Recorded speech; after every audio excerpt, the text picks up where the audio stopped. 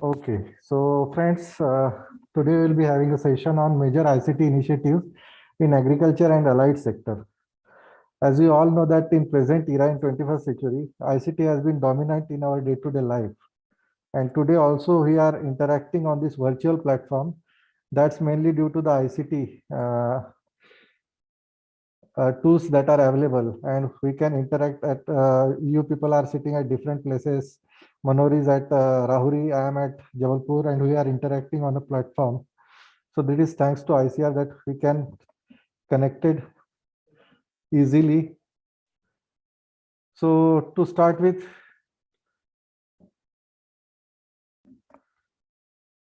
what is information communication technology? ICT includes arrays which include devices, network, and applications. And these are internet-based technology, then other to sensing tools and other technologies. That these ICT tools have been there for quite some time, and we can say that radio has been the oldest ICT tool that revolutionized this whole. Before radio, the mode of communication for the masses was the newspaper, and also newspaper. There were timely that it was published in morning, and in some places in evening the newspaper were published, and it's where they have to be distributed throughout the length and breadth of the corners of the countries at various locations throughout the world.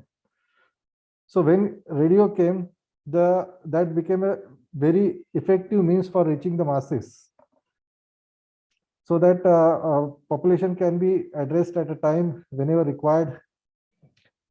And also it is a source of communication among the people regarding the emerging situations, emergencies, and other situations like war situation or national address by the leaders. So radio was a very effective mean for communication, and it is the oldest ICT tool. So then come the other ICT tools. We have telephone, then computers came, that again revolutionized the whole scenario. Then came the internet, and now after the advantage of satellites, the internet came, and then also there are various storage and analytical tools through ICT which are available. So what is ICT is having a role in agriculture. In agriculture, ICT basically providing agriculture innovation systems. It also acts as a regulatory framework, then also capacity building and empowerment among local communities, may be women, youth, or farmers. Then it also provides financial services. Then also it is ICT is found helpful in food safety and traceability, because for traceability of the food produce, ICT has been efficient tool. Then for sustainable agriculture, ICT have provided improved access to the knowledge resources for sustainable farming, may it be plant protection, animal health, or other aspects. ICT is also useful in disaster and risk management, and providing warning systems like for risk mitigation. It is very useful, so that the risk, involved risk related to weather and other can be managed. And also it provides improved market access. So overall, briefly, this is the role of ICT. And if we look that computers were invented in early 40s, and then that's Apple came in 76, and this ARNet, that networking capacities were started in 1956, and ARNet in 73. Then came the internet and TCP protocol and IP in 75. Internet came in 69. Then came the World Wide Web, that is in 90s. Then came the different browsers, and as first browser was in 1986 by Neil Larson, and then we have the various browsers, among them which we have Chrome and Mozilla and Internet Explorer we have been using now, and there are other also browsers. Then there are search engines. So Archie was the first search engine, that is in 1990. And then came the Google and Yahoo and other search engines are there. And also for content, these are the various key layers of internet which are being used in ICT. So if you look at the ICT timeline, we find that radio was the oldest ICT tool, and that was invented in the 20s, and then computer in 40s.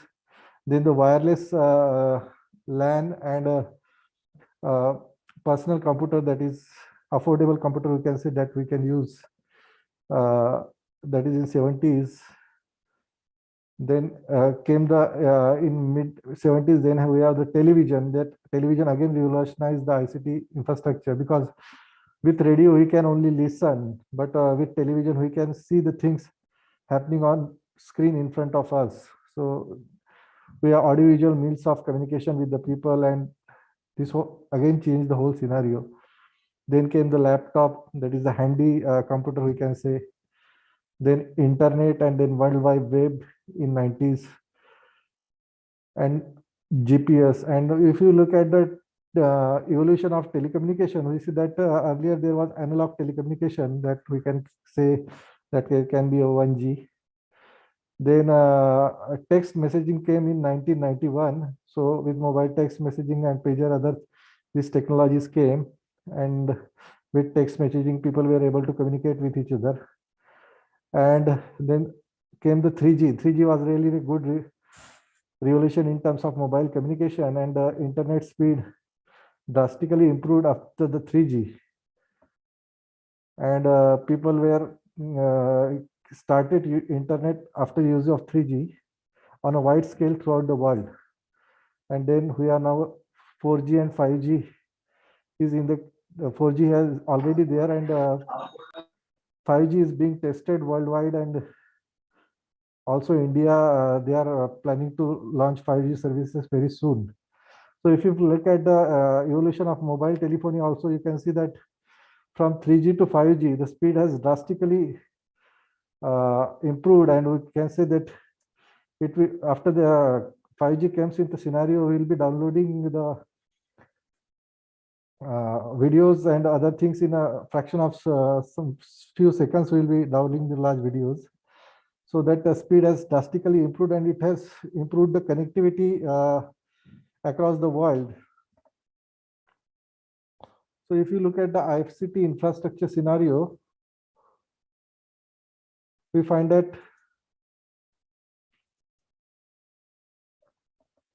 ICT sector basically contributes about 13% of the India's GDP.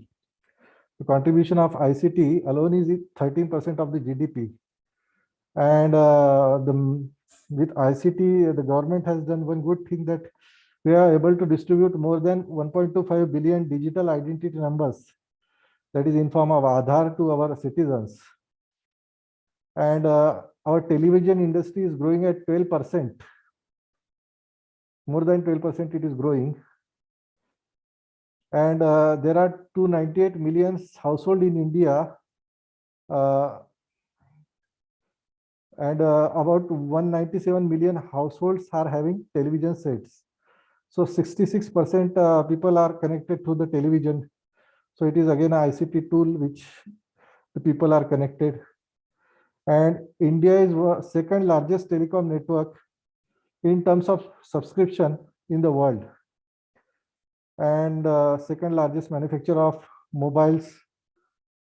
And we are a largest importer of computer and electronic equipment. And with Atmanirbhar Bharat, we are again have been a manufacturing hub for these IT equipments at our own nation.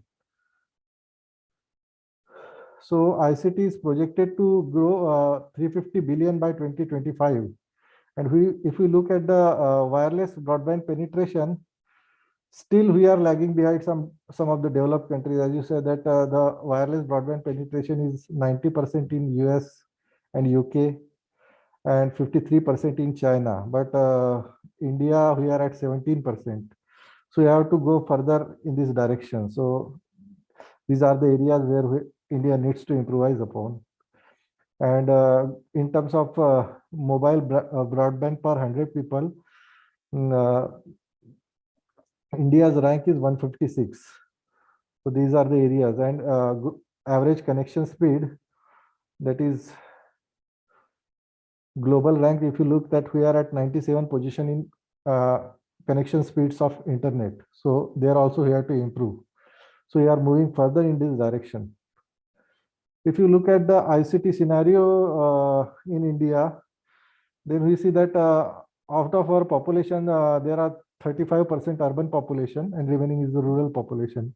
And if you look at the mobile connection, that is 79% of the population, that is almost 80% of the population are having mobiles, and that is the data of January 2021. And internet users, about 45% of the people in India are using internet. And on social media, 32% of the population is active on one and another social media. And if you look at the recent data, that 81% of the population are connected with the now cellular mobile and mobile connections or phones in our country. And there is year on increase, and is 3% increase in terms of cellular mobile connection. So if you look at the whole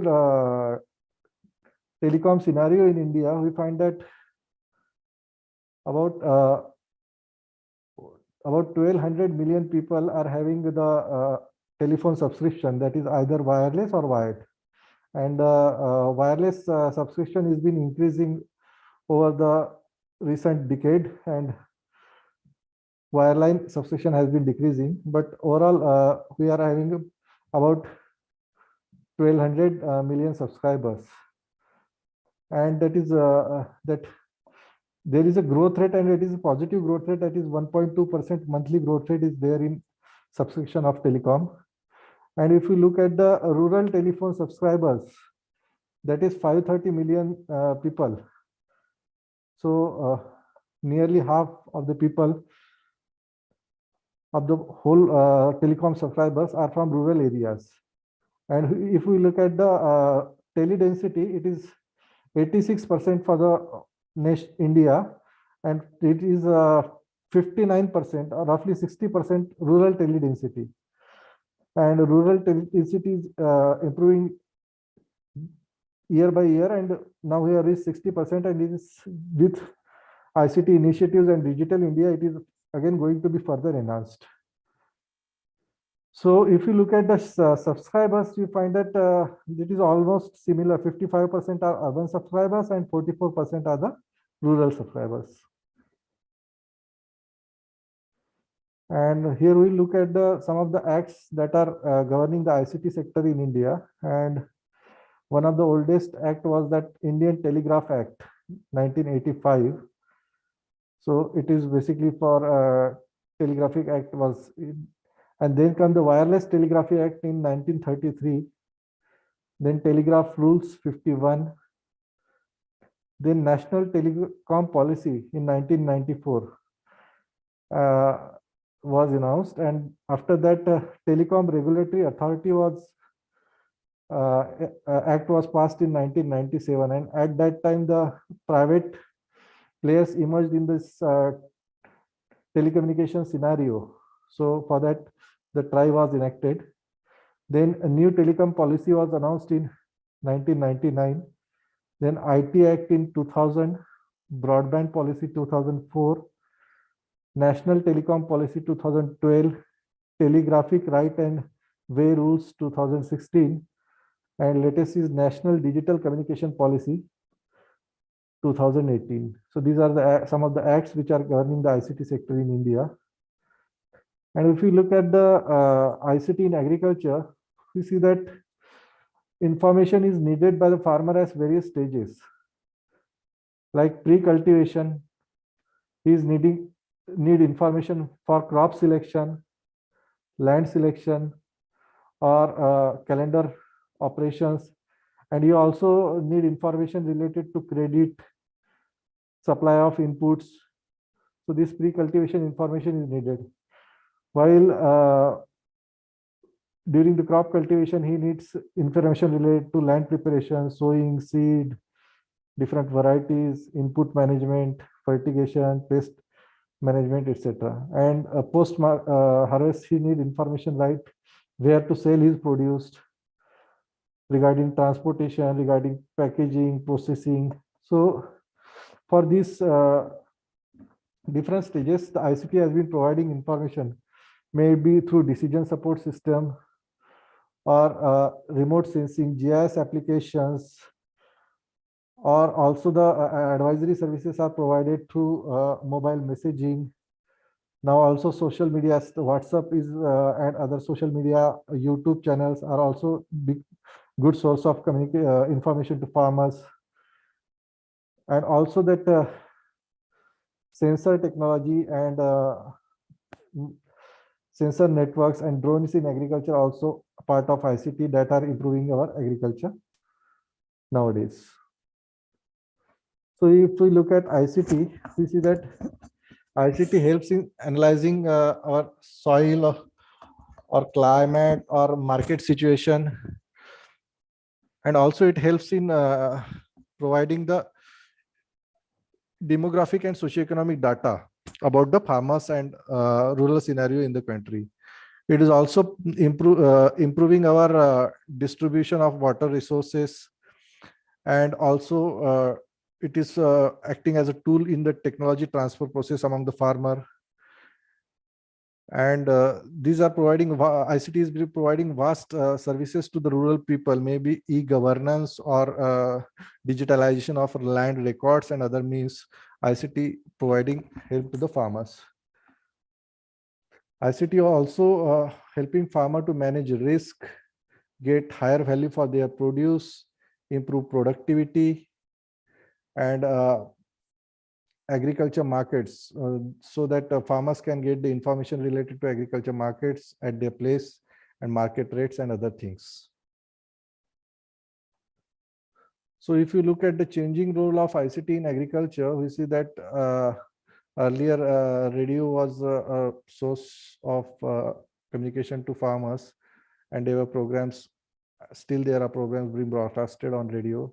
Then telephone also came, and that with Kisan toll-free number of farmers, Kisan helpline, farmers can have advisory and consultancy services to phone.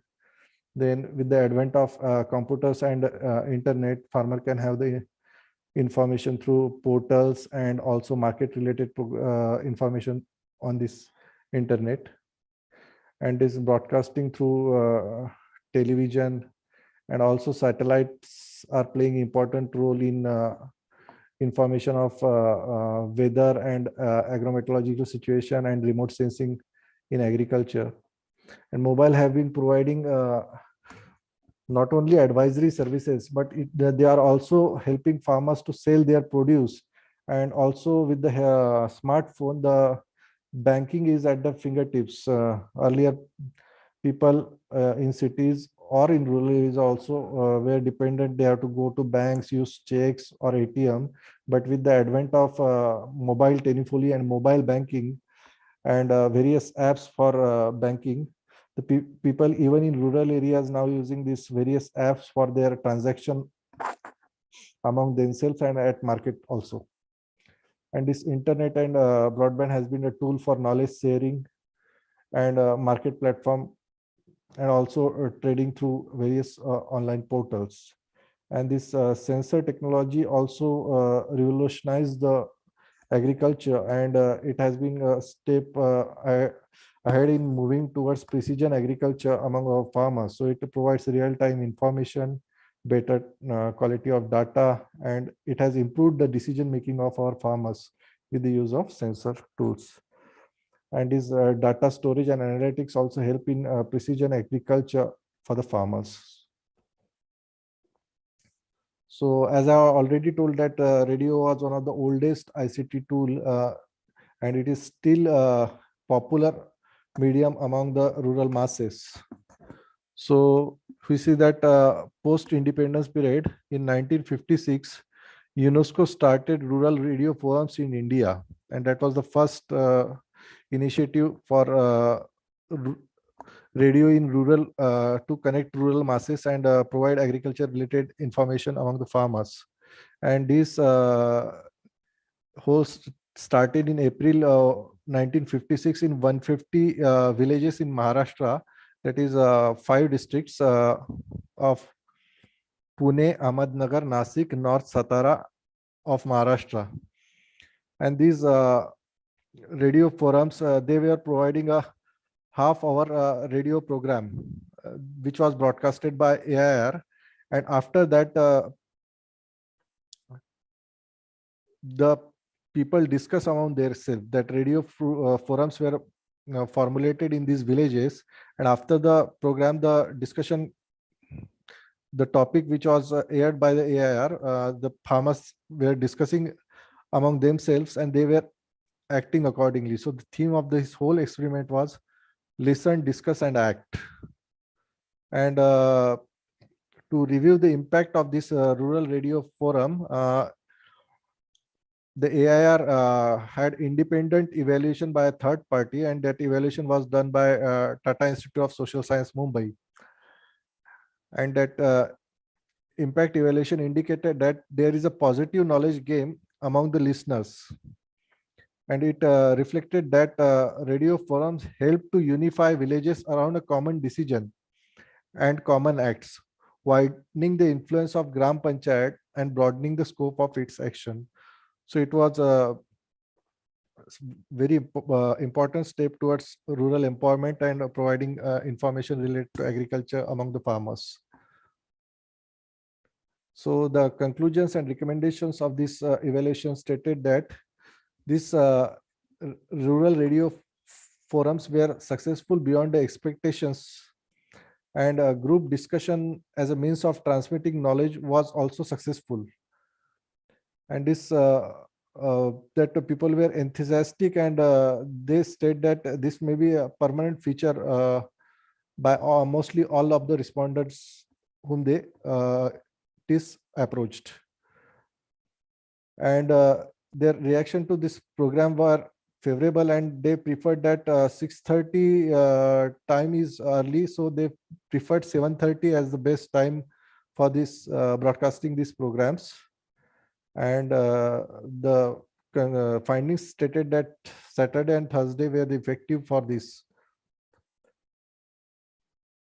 So as it was done as pilot in this 5 district, it was recommended that it may be extended to other parts of the India. So on that basis, the AIR started farm and home units, and then 10 AIR stations were established, and they were providing information to farmers on technical aspect. And these stations were established in areas that were having similar agroclimatic conditions. So this was a part of that intensive agriculture area program and agriculture district program. These 10 units were established in these places where these programs were functional. And also later 30 stations were also provided with that outside broadcast, that is OB when 30 stations have been provided. And these farm and home units were headed by farm radio officers, and reporters for this program were on deputation from state agriculture departments. The people were deputed for these programs at AIR. And these farm and home units were established in 1966 to support that intensive agriculture district program. And at that time, that was green revolution era, and we were promoting that wonder seeds, that is high yielding varieties, were being promoted. So that through this farm and home units, one such variety, that ADT 27, that was very popular, and it covered a large area. So by 85, there were 64 farm and home units, and later all the stations of AIR throughout the country were have given the farm and home units.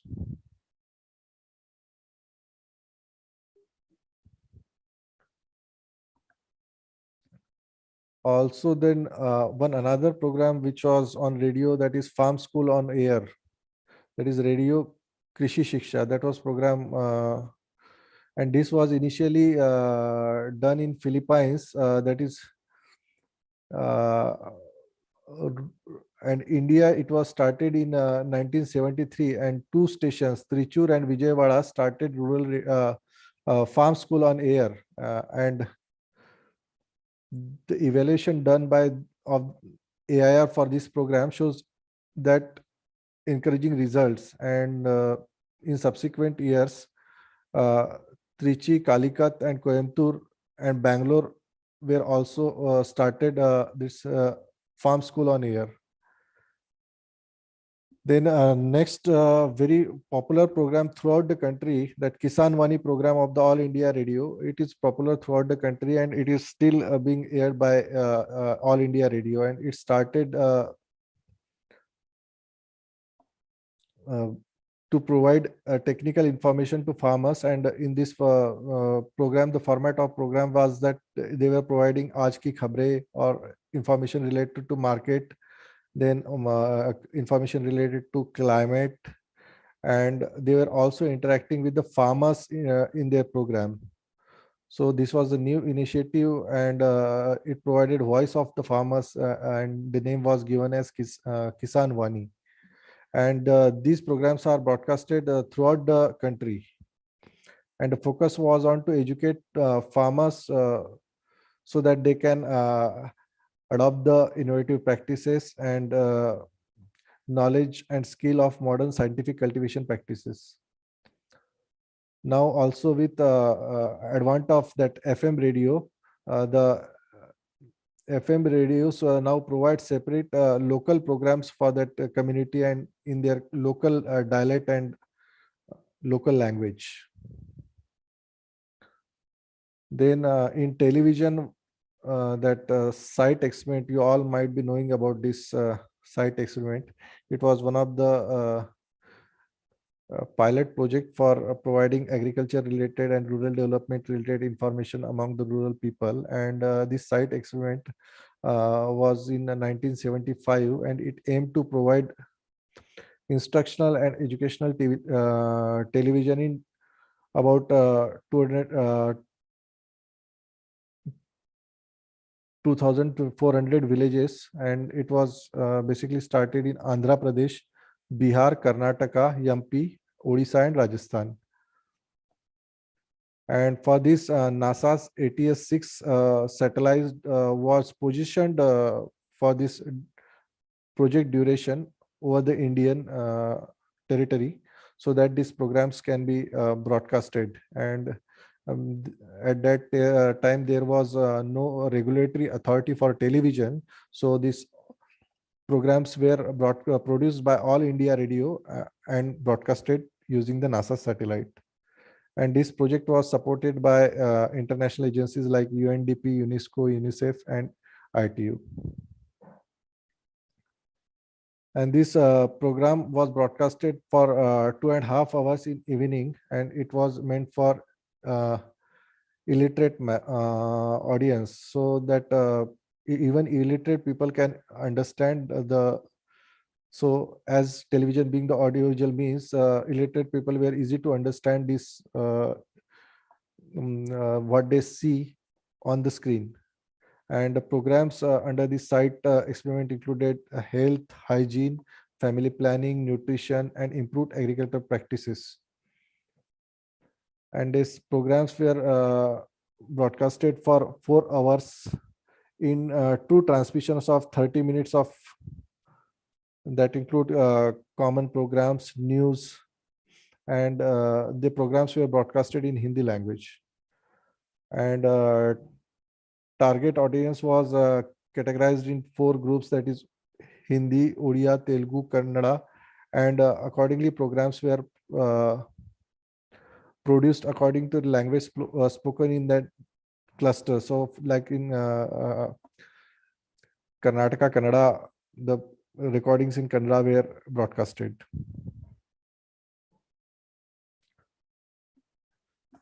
Then if we look at other ICT initiatives in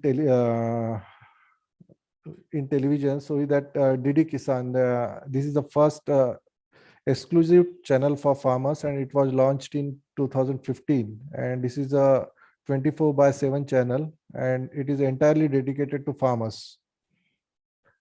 And farmers are providing information related to weather,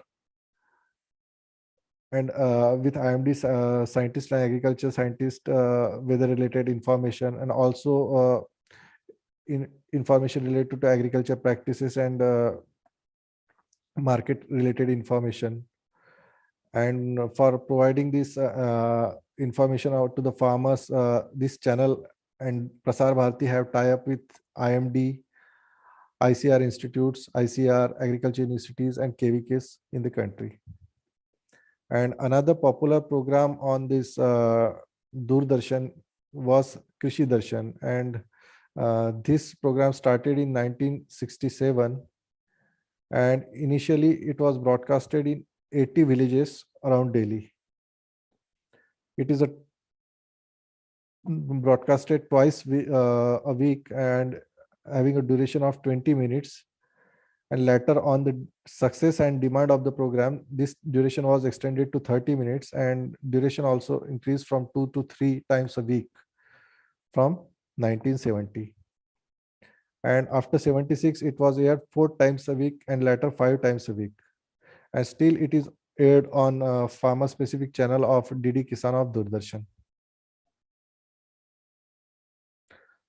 And if you look at the ICT initiatives, the initiative which is most talked in India and also at a global level was Warana Wired Village. And this project was the first major ICT initiatives in India involved with the use of computers for providing the information to the rural masses. So the Warana Wired Village was project in Maharashtra, and it covered 70 villages or around Warana cooperative in Maharashtra, involving 50,000 farmers. And it is Asia's first project to bridge the digital divide in India. And for this project, at that time, 50 computer-based kiosks were established in 54 villages. And at that time, the cost was 2.5 crores. And it was sponsored by central government with 50% cost bearing and 40 and 10% by state and cooperative respectively.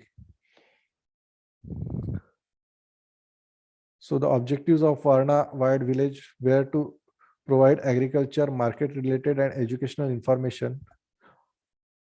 And it also provide information related to various government schemes to the people. And during this project, they have created a database of villages, and they established the GIS facility in 70 villages. And also this project, they operationalized the activities at the sugar cooperative, let be a supply of produce to the cooperative, then issue of payment on information related to supply of sugar at the cooperatives. The farmers were use of computers was involved, and at kiosks the farmers were getting the information related to their produce and payments from the cooperative. And the survey was done and of this Warana Wired village, and it was found that about 79% were people were satisfied with the initiatives of this, and 17% were moderately satisfied. So that indicated that it was overall a successful ICT initiatives providing rural information and other things to the rural masses. And the benefits of this project, transparency of payments was revealed, and farmers were able to see their what payments they have received from the sugar cooperatives, what are the outstanding payments, what are the dues they are having with the cooperatives. And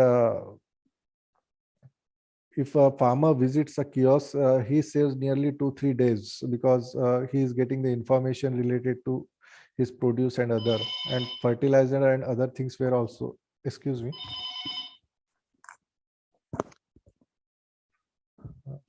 Yes. Yes, sir.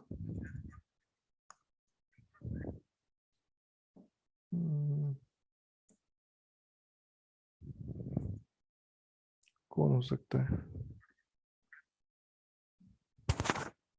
हाँ sir, आएंगे वो. हाँ.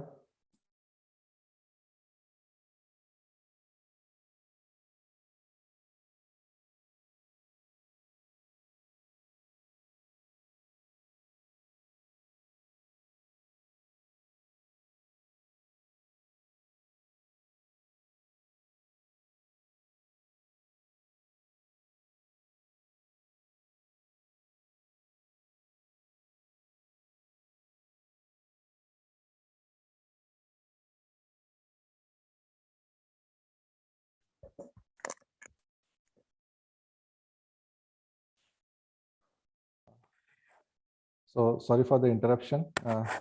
Continue. Then, if you look at this, how this Warana Wired Village project functioned, at first stage, they started the registration of the plantation of sugarcane in that vicinity of cooperative. And at second stage, they were issuing the harvesting permits, that again through the kiosk of the cooperatives established at villages. And there the farmers saved the time 2-3 days, because he had to go to sugar factory for obtaining that permits and registration. And third stage, it provided the payment information to the farmers. And farmers received slips for their payments through the kiosk. And during that time, it was observed that depending on the size of village, 30 to 100 farmers visit kiosks daily. And this kiosk were also having email and internet access, but at that time, as the internet penetration was low, so connection speed was slow. And as we have seen that most of the ICT projects, the projects start with a good tempo, and after some time, the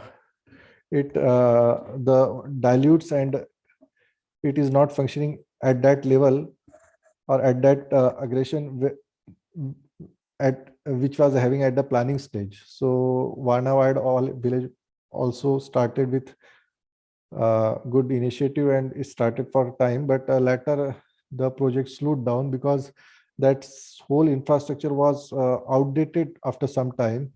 And we all know that this is Warana Wired village, so it was connected through wireless wire system.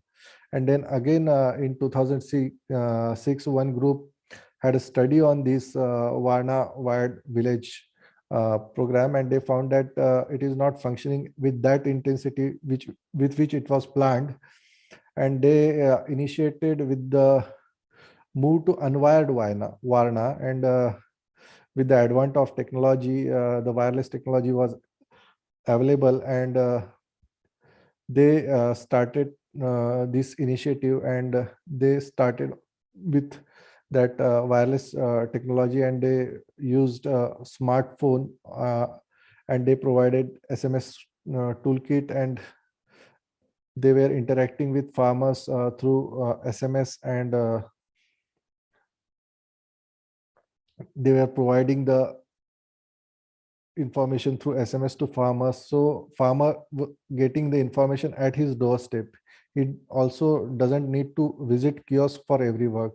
Regarding his payment at the sugar factory, he's getting a SMS on his mobile that the payment deposited at his account, or he has to bring his produce on the sugar factory on such and such date. So this information was provided to smartphone.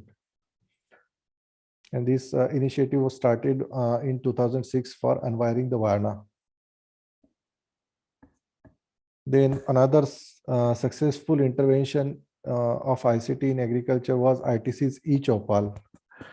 And this is the first private sector initiative, and it started in 2000. and it is one of the largest internet-based initiative in rural India. Earlier, it started with soybean growing areas of Madhya Pradesh, and real-time information was provided to farmers from taking decisions, and also it provided support in form of input and other things to the farmers. So farmers were getting the high quality inputs from at cheaper rate through this ITC's e-Choupal, and it was saving, farmers were saving in terms of input purchase, and also it provided marketing channel. So people can judge what prices are available at different markets, and he can decide from where to sell his produce. So e-Choupal was very effective in eliminating that middle person or intermediary in marketing of the farm produce. And as on now, this e-Choupal is providing services to about 4 million farmers, and their crops arena also widened, and they are providing information related to soybean, coffee, wheat, rice, and other crops. And presently, more than 35,000 villages are linked through more than 6,000 e-Choupals in 19 states of the country. I think किसी का someone has unmuted his microphone. It is causing disturbance.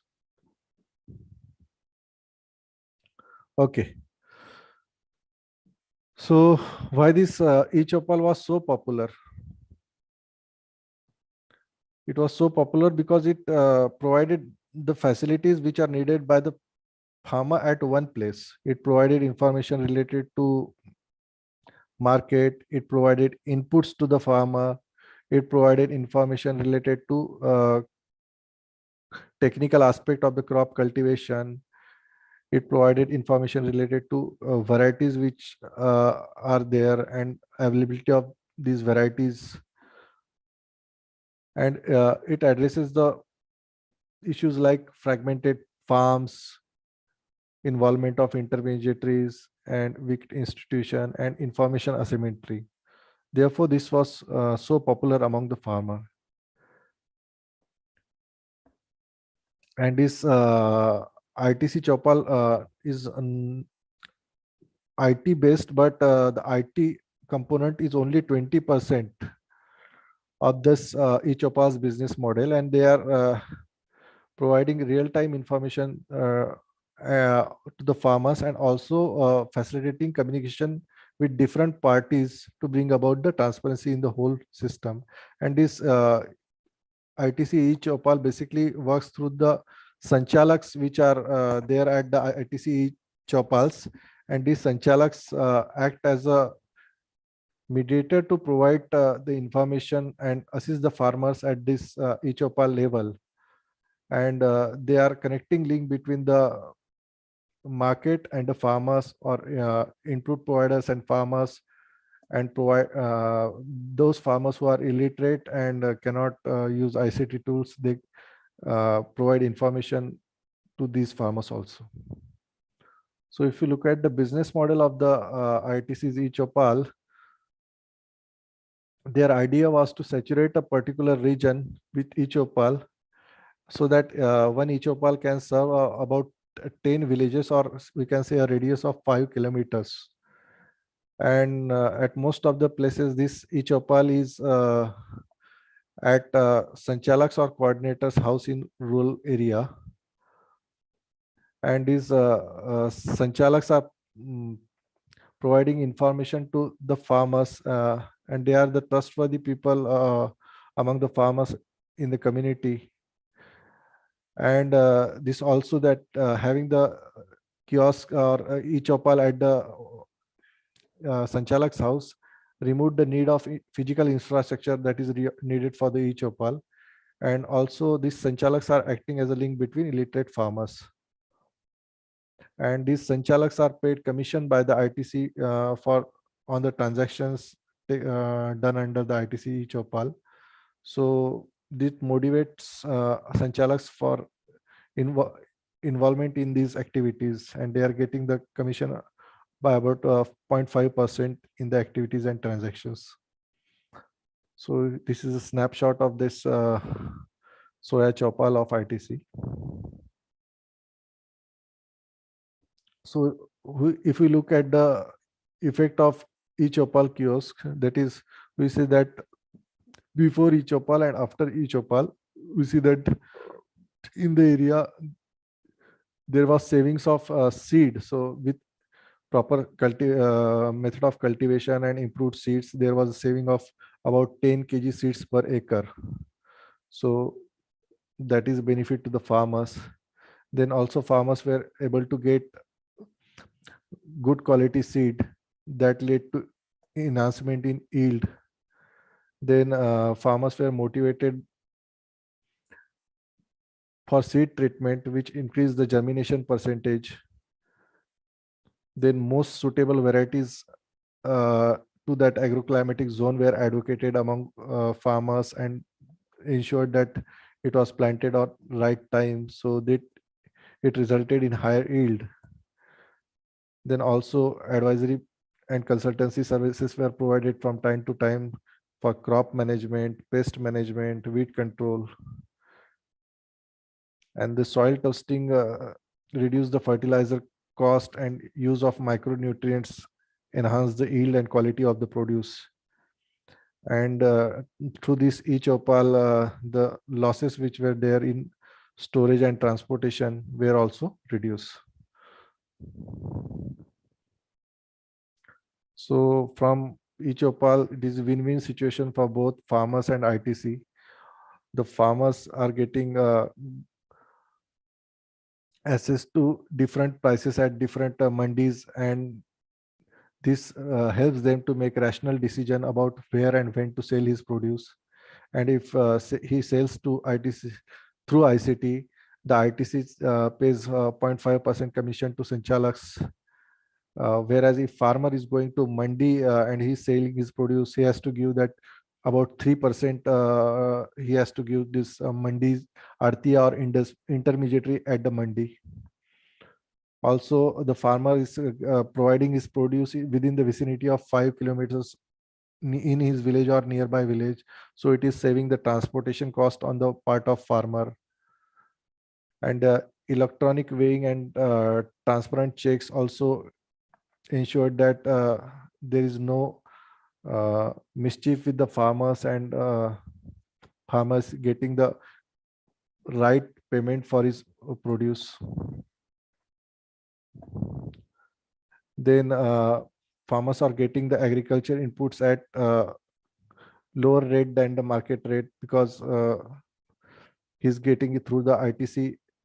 He's directly getting from the ITC, procuring it directly from the manufacturer. So middleman is removed and farmers are getting their inputs at relatively lower price.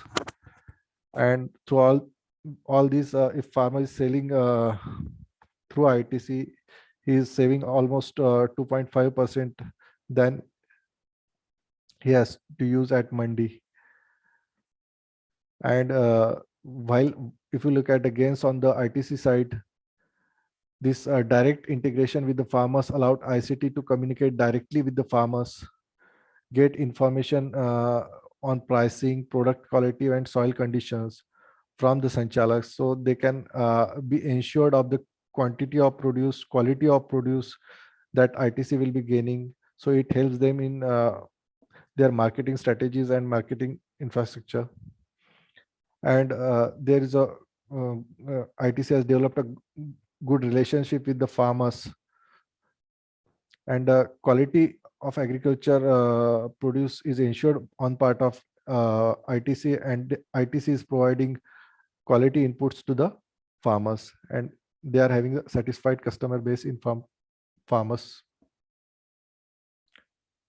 Then if you look analog, that is a ICT initiative in Tamil Nadu and other southern state. This ICT initiative is basically for building sustainable rural services among rural areas, and it started in southern state of Tamil Nadu, Karnataka, Andhra, Maharashtra, and Madhya Pradesh. And it functioned with the telecenters, and they used fixed wireless access technology for this.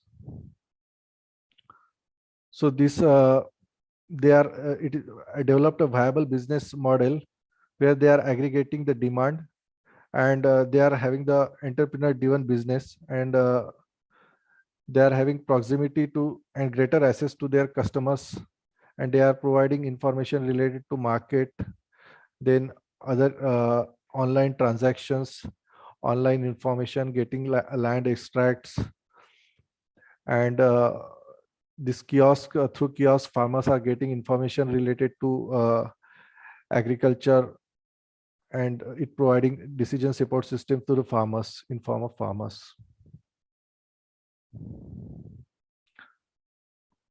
So the services are provided through telephony, email, and video conferencing in this analog. And basically it works as an agriculture consultant, providing advisory support to the farmers. It is also facilitating information in healthcare sector also, and through video conferencing, people can have telemedicine consultation, and like e-governance, people are having their land records, online application, and payment for various bills can be done. So it is managed by a kiosk operator, and kiosk operator have providing a profit sharing with that analog and service provider. And this is a break. The kiosk operator have a break-even period of 6 months, and after that he is recovering his investment over a period of next 3 years. And one another ICT application in area of pest management is ESAP. This is electronic solution against the agricultural pest. It was initiated in 2013 in 2 districts of Karnataka. And this application basically working on an Android platform, and it also provides offline solution to the farmers. And it is basically an image and voice based diagnostic architecture where ESAP agent of farmers clicks of photographs and he sends to that ESAP, upload it on ESAP app, from where it goes to server and experts moderates it, and then it provides information related to this crop and management to the farmer.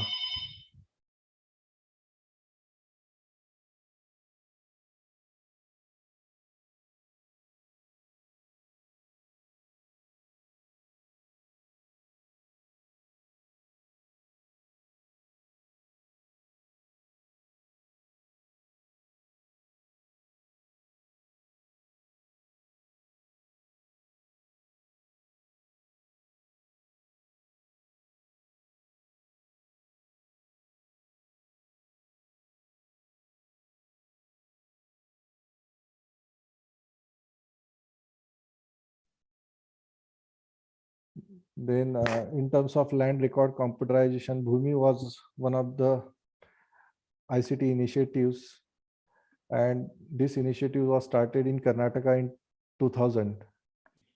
And the objective of this Bhumi project was to provide single window to handle land records, and mirror principle, that is the digital form of information on the records and the ground reality both matches. So it worked on the mirror principle, and it also had a curtain principle where it indicates that record of title is true to the depiction of the ownership status, and the mutation process is automated and it happens automatically following the registration of the land. in the digital records. And title insurance guarantees that title found its correctness and title holder against the loss arising on account of therein defect. So title was insured in this Bhumi project. So this Bhumi project has a coverage of 7 million farmers in Karnataka, and it had a 20 million land records, and it was functioning at 117 project locations and serving farmers through that kiosk centers. So if you look at that, before Bhumi, there were manual records, but after Bhumi, the records, land records were computerized, which brought the transparency, easy access to the farmers. The land records were up to date, and also there was security as these were digitalized. So this Bhumi was a very important ICT intervention in terms of land record computerization. Then another one such project was Project Gandut, and it was started in 2000 in Dhar district of Madhya Pradesh. And the aim of this project was to improve the governance at village level, block level, and district level using the potential of ICT. And this project linked 35 kiosks with the district headquarters.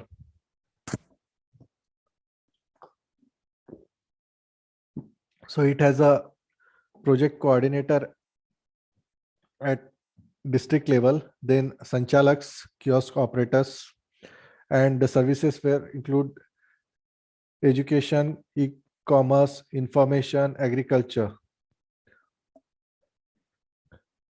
And this was self-sustaining project, and there was no salary given to this Sanchalaks, and earnings were that nominal fees were taken for issue of information and certificates to the users.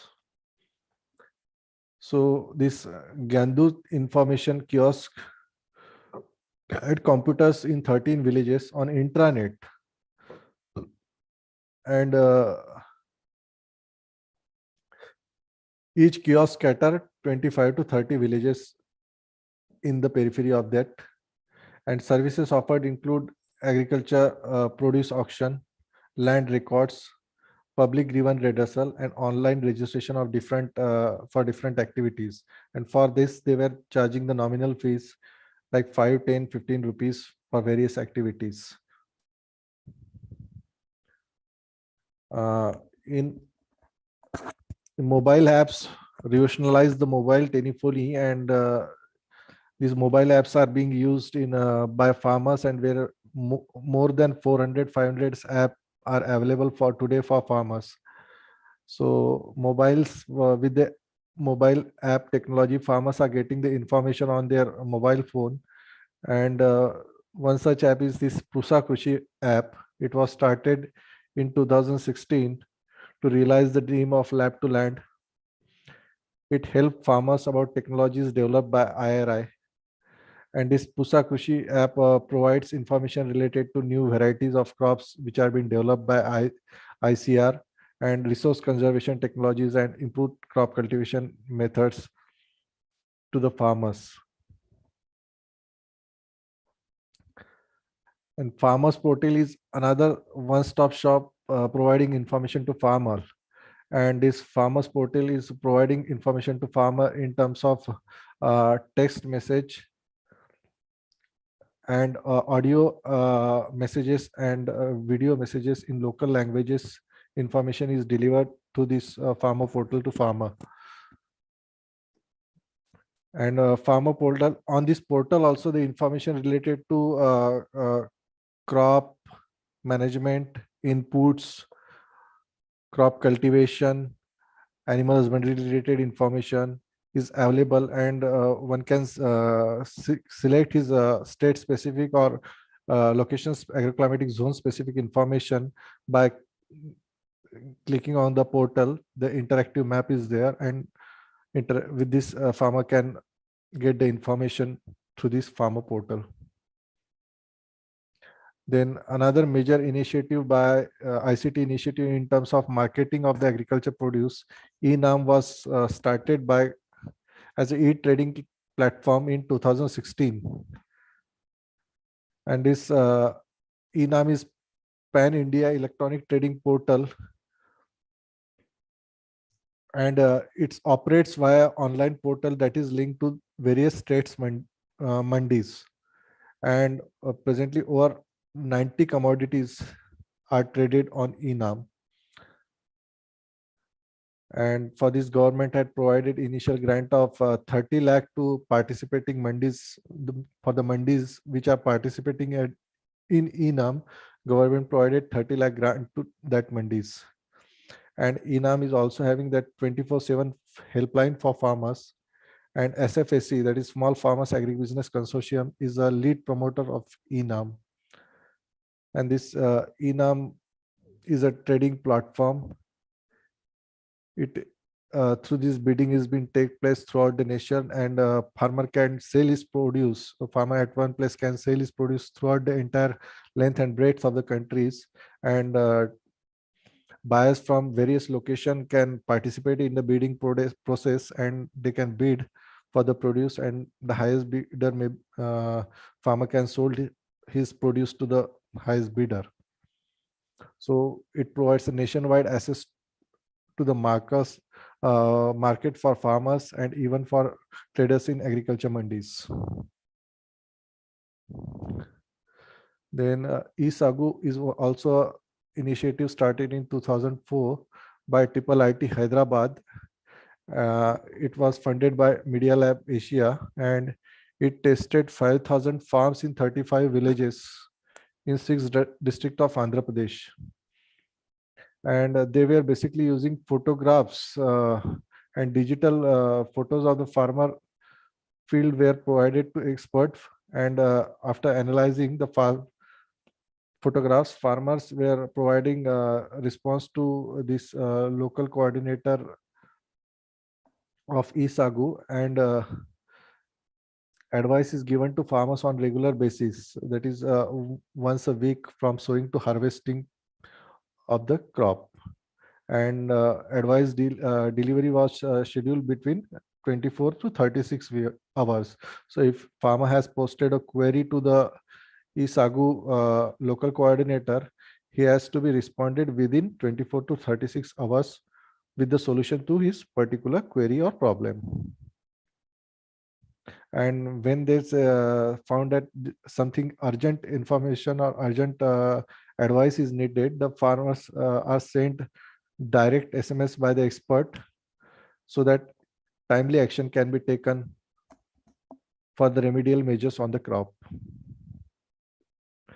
Then Agropedia was also one of the ICT initiatives, and it started in 2009 by IIT Kanpur, and it was NAIP funded project. And it has 7 partners, which included ICRISAT, NARM, IIT Kanpur, Mumbai, GBPUAT, and US Raichur, and IITM Kerala. And this Agropedia was developed in 2 phases. First phase was concentrating the content and developing the web platform, and second, the delivery of platform for extension services. So in phase 1, the digital platform was developed, and in second phase, the services were provided, and in this knowledge network maps were developed for various crops, and they were depicted on this Agropedia, and information was sent to farmers through SMS, voice message to farmers. And as we see that most of the ICT projects start, and later on they are not functioning at that with that strength or intensity, and like that Agropedia after the close of NIP is no more active, and one can browse the contents which were available at that, and very few updates are going on in this Agropedia portal at present, as since it was planned to be run on self-sustaining mode after the project period. But the institutions or agency involved are not at that much actively involved in this initiative, and that's why this it is not serving with that intensity to the farmers at present. Then if you look at the ICT initiatives in NGO sector, that Tarahat is one such initiative, which was by Development Alternatives. And this started in 2000 in Bundelkhand region of Madhya Pradesh and Batinda district in Punjab. And it uses ICT to provide services to the farmers and rural masses. And they are using voice as a tool of delivery of dissemination information through SMS, mobile telephony. The information is provided in form of voice message to the farmers.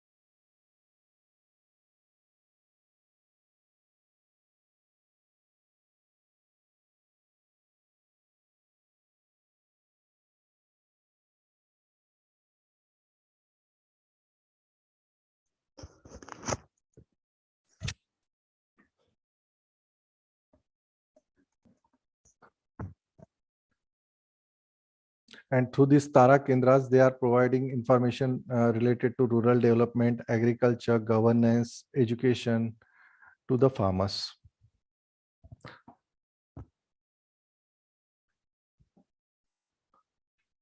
And then Kisan Suvidha app was launched by Department of Agriculture and Ministry of Agriculture and Farmers Welfare in 2016. And this Kisan Suvidha app provides information related to weather, then information related to agri input dealers, market price, information related to plant protection, soil health card, cold storage godowns, and also it provides agro advisory to farmers from sowing to the harvesting. So you can see the screenshot of Kisan Suvidha app. And then IFCO has started another initiative in the form of Green SIM. And this Green SIM card is provided to farmers, and it is a joint venture of IFCO and Airtel, and it started in 2008. And this IFCO Kisan Sanchar Limited is providing voice-based information to farmers in their regional languages. And these farmers who are having this Green SIM have access to value-added services, which include agriculture-related voice messages regarding weather and market prices and different government schemes. This is presently covering more than 100 zones in 19 states of the countries, having a subscriber base of 11 lakh farmers, and it is responding the queries in 22 local languages. It is using push and pull approach in their service delivery, and they are delivering up to 4 voice messages per week to the farmers. Then another such initiative is iKisan, and this is an initiative of Nagarjuna Group. Through this iKisan app and portal, they are providing information related to agriculture, weather, market information to the farmers. Tata Teleconsultancy Services also started Yam Krishi app in 2012 in 3 districts of Tamil Nadu, And with this app, farmers are getting information related to weather and market information through SMS. And currently 9 crop protocols, that is cotton, wheat, rice, soybean, and other crops are available on Yamkrishi portal. And it is providing information to 2 lakh farmers in Punjab, Tamil Nadu, and Yamkrishi providing 1.23 to 3 lakh farmers in Gujarat, and in Maharashtra more than 1 lakh farmers across 7 districts of Vidarbha are receiving the information through this M-Krishi app of Tata Telecom services. Then RML is Ritas market, like it provides market related information to the farmers, and this helpline is mobile based quizzes are being also used in this RML platform, and messages are delivered in regional languages with content in more than 16 categories, and they are provided voice, text, and images on online portal, which can be accessed anytime. And mobile app is also available of RML, where farmers can get the information regarding weather and other aspects of agriculture are provided every morning for the entire year if farmers subscribe to RML services. And farmer can subscribe these services by having vouchers. These are 3 monthly, 6 monthly, and annual subscription vouchers are available for the farmers.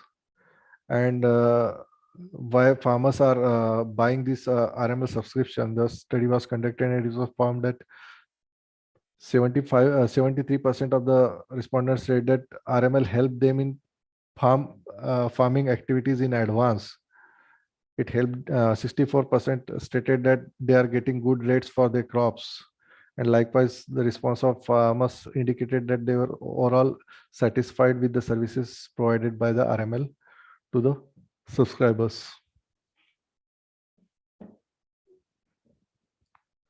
Then A-Aqua is also initiative that is almost all questions answered. And this A-Aqua registered users can post their question on this forum, and they receive the replies on their mobile phones for their queries. And it is started in 2003 with a joint venture of IIT Mumbai and Media Lab Asia. And through this system, experts send SMS to the farmers.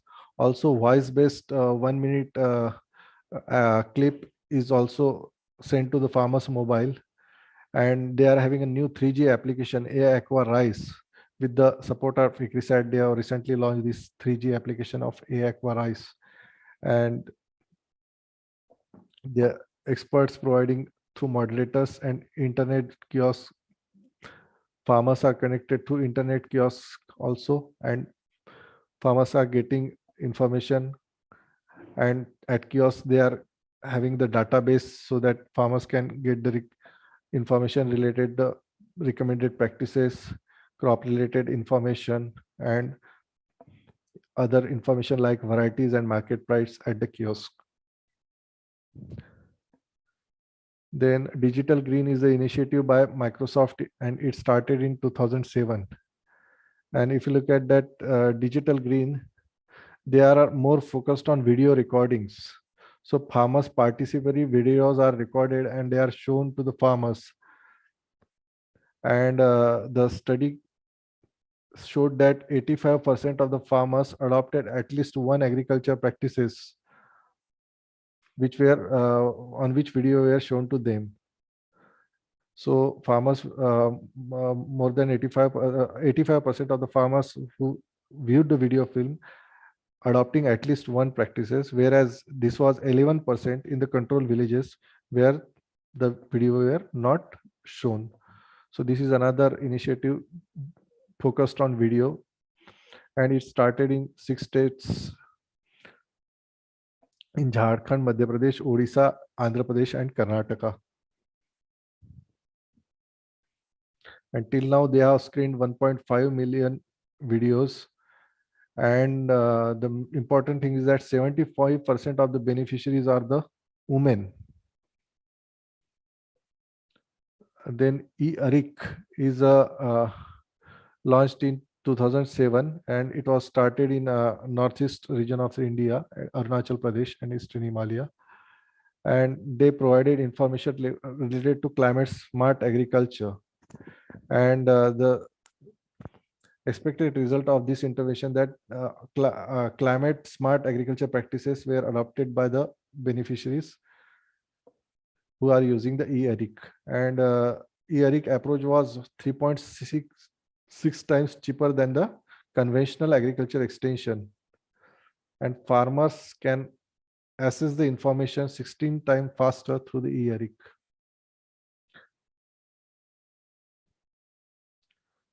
Then Village Knowledge Center, an initiative started in 98 by MS Swaminathan Research Foundation in Pondicherry. And this is a gateway for technical information related to agriculture, information, market prices, and also supply of input. And this Village Knowledge Center is based on a knowledge center at a village level, where the volunteers are the knowledge workers who provide the information and act as an intermediary between the experts and the farmers. And these knowledge workers are provided a training of 15 days. And also they are given the refresher or again training updated by MS Swaminathan Research Foundation staff from time to time. And this Village Knowledge Center works on the principle of hub and spoke model, which is typically connected to the 20 to 30 village knowledge center within the 60-kilometer radius, and they are connected with the hub and spoke model. The hub is situated at one place, and each hub is connected to 20 to 30 village knowledge centers.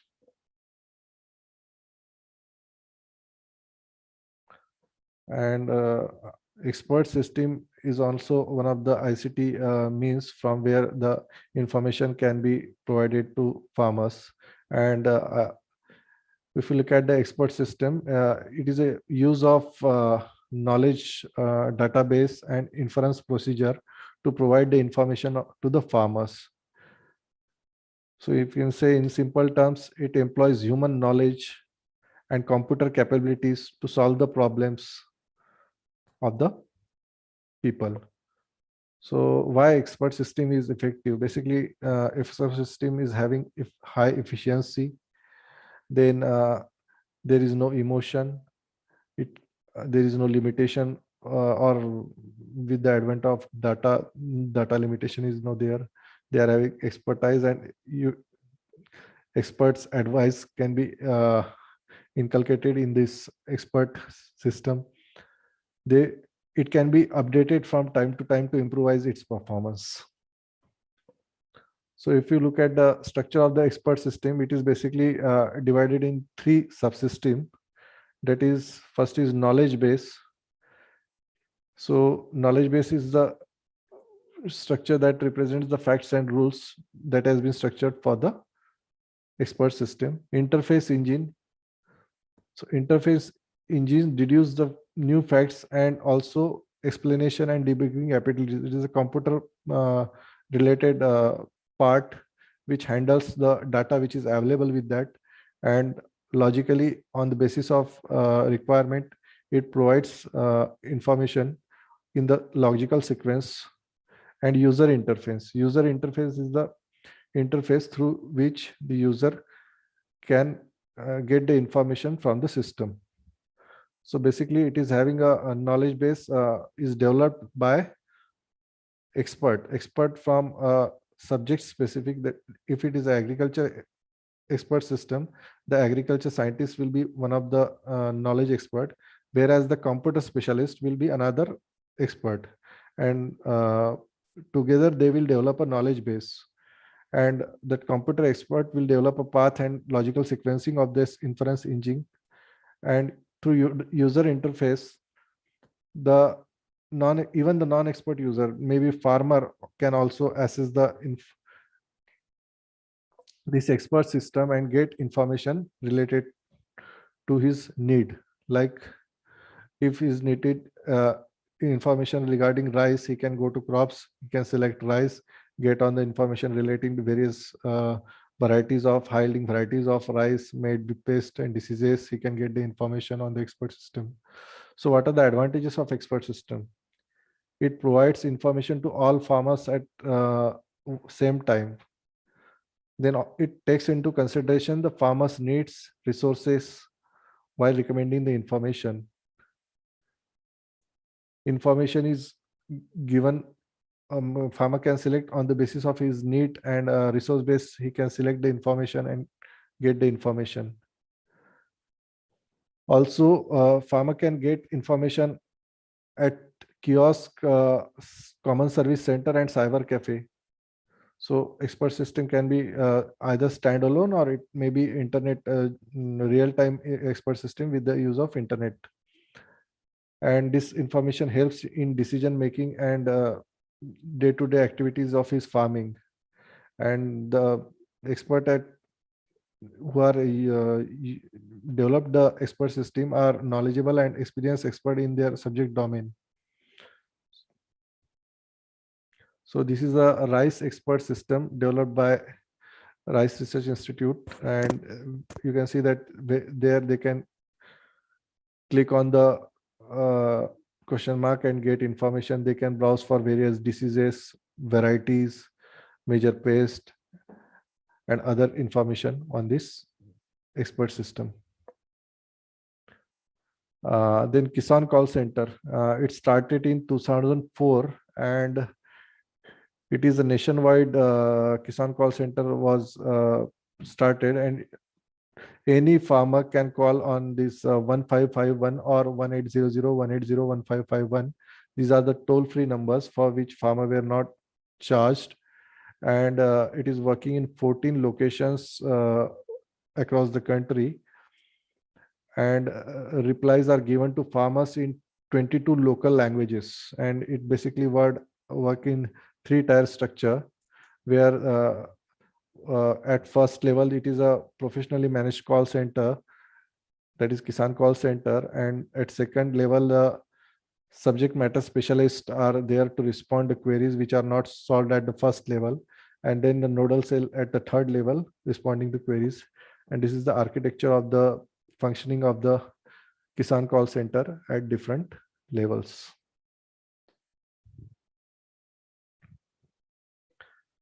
Then M-Kisan portal was started in 2013, and this portal was started to provide SMS to the farmers throughout the country on aspects related to agriculture, farming, and market related information. And since it starts, it has sent more than 327 crore messages and more than 1000 crore SMS to the farmers. And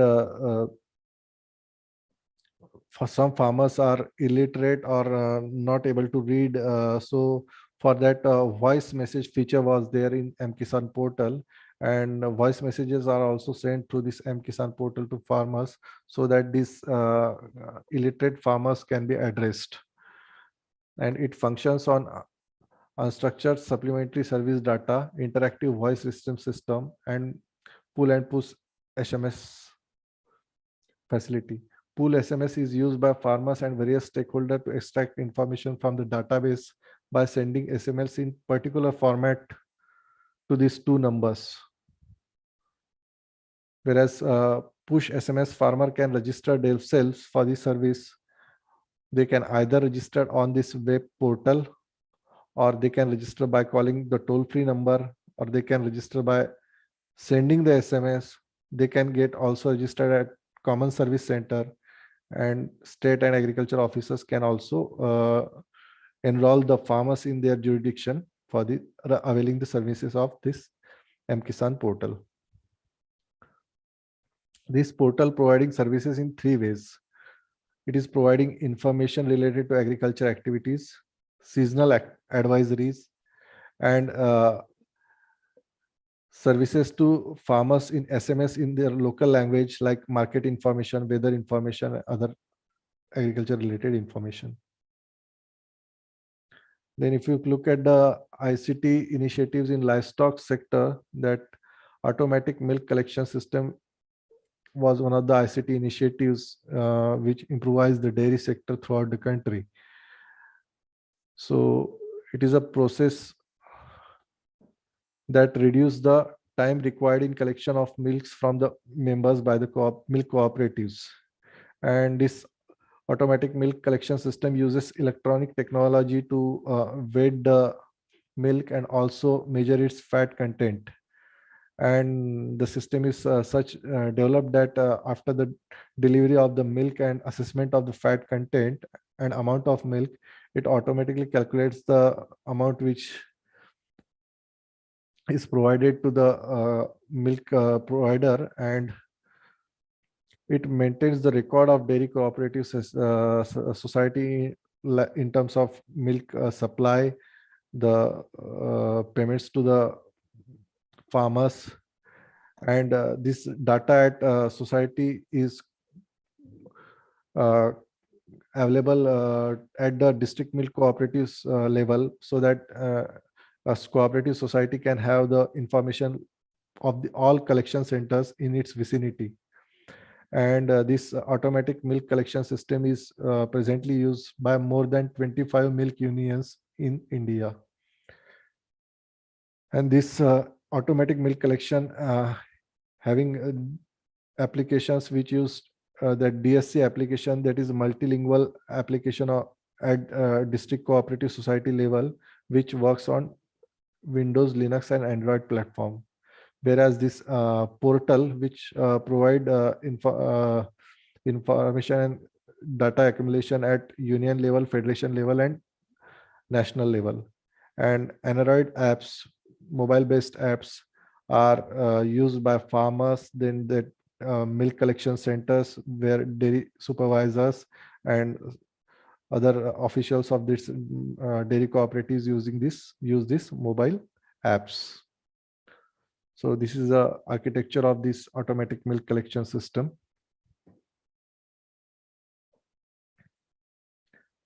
Then dairy information kiosk is another ICT initiative where dairy farmer gets animal husbandry related information, and also it provides information related to feed and other like milk quality, quantity. So this is an initiative by Indian Institute of Management and NDDB, and this disk portal is running at society level with internet connection, and it maintains the database of farmers, their cattle, and other services which are provided to farmers. And it also provides the information of transaction with the society and supply of input and other facilities to the farmers. And it is having two-tier architecture where software like database software hosting and managing the web server for delivering static as well as the dynamic content through this portal. Then Akash Ganga is another ICT initiative in private sector, and it started in 1996. That is SKEPL, that is Shri Kamdhenu Electronic Private Limited, and it is a startup by entrepreneurs. And they have simplified the technology of milk collection, and this milk collection comprises of automatic milk collection, disk portal, milk analyzer, and they have given the unique ID to members. With that unique ID, they can have the record of their transactions and multilingual payment SIP. So it is designed in such a way that illiterate and semi-literate people can also adopt this ICT system, and they can have the benefits of this system. Then Nandini is also initiative in ICT sector for livestock. in Odisha, and it started in 2 blocks in Jagatpur Singh district of Odisha, and it aims to improve the productivity of livestock. And it started with animal identification, its registration, and recording the data related to animal, let it be milk production, feed, and other things.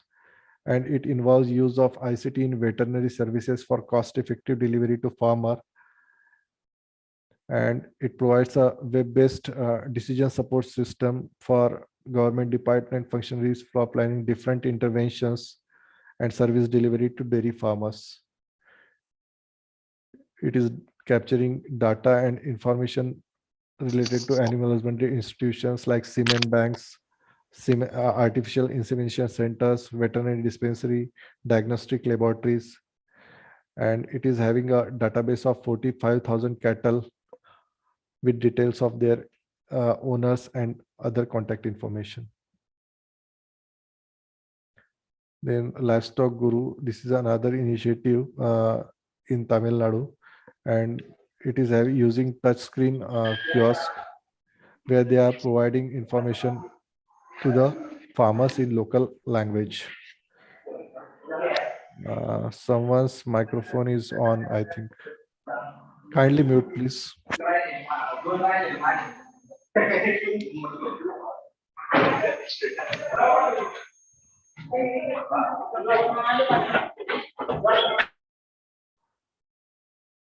So this Tamil Guru provides information functionalities in 2 areas. Software enabled users can access livestock related information and capture information related to their choice and need from this app.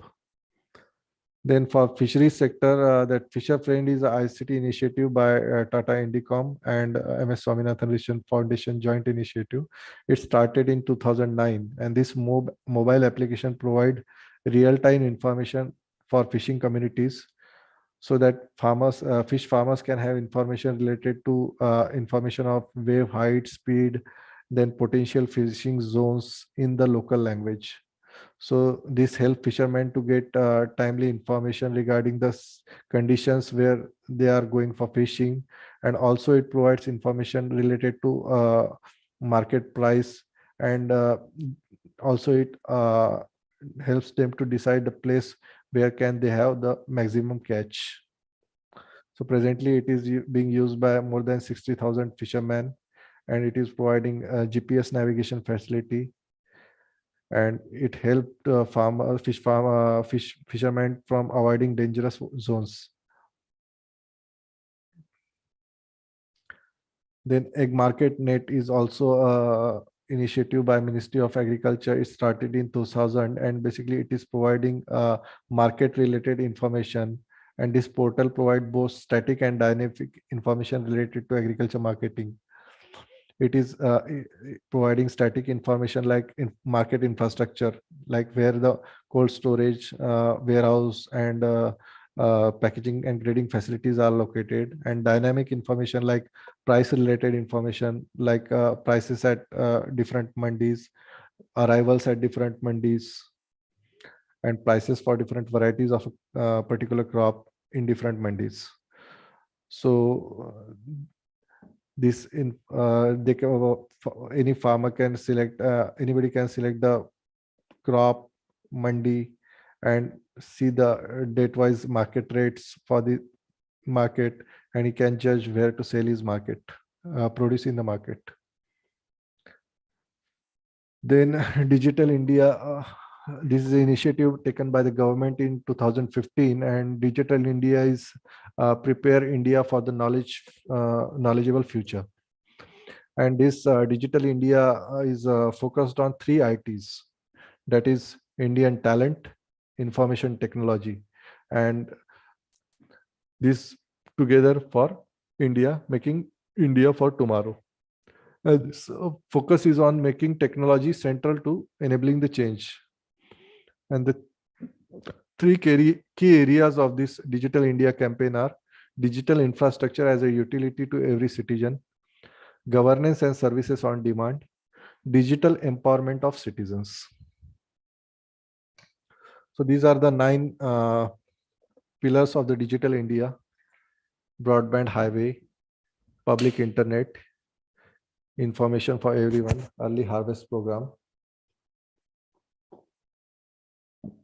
universal access to phones, e-Kranti, e-governance, and net zero import.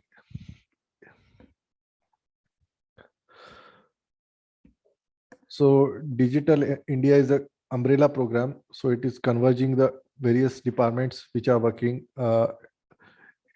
independently, and it is umbrella program for bringing together various department.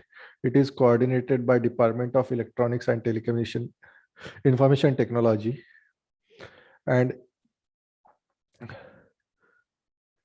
this program pulls together different existing schemes under one umbrella so that these schemes can be restructured and refocused to achieve its intended target, and so that they can be implemented in synchronized manner with coordination among the different departments and ministries. And there can be a common branding of the different programs under Digital India for transformative impact.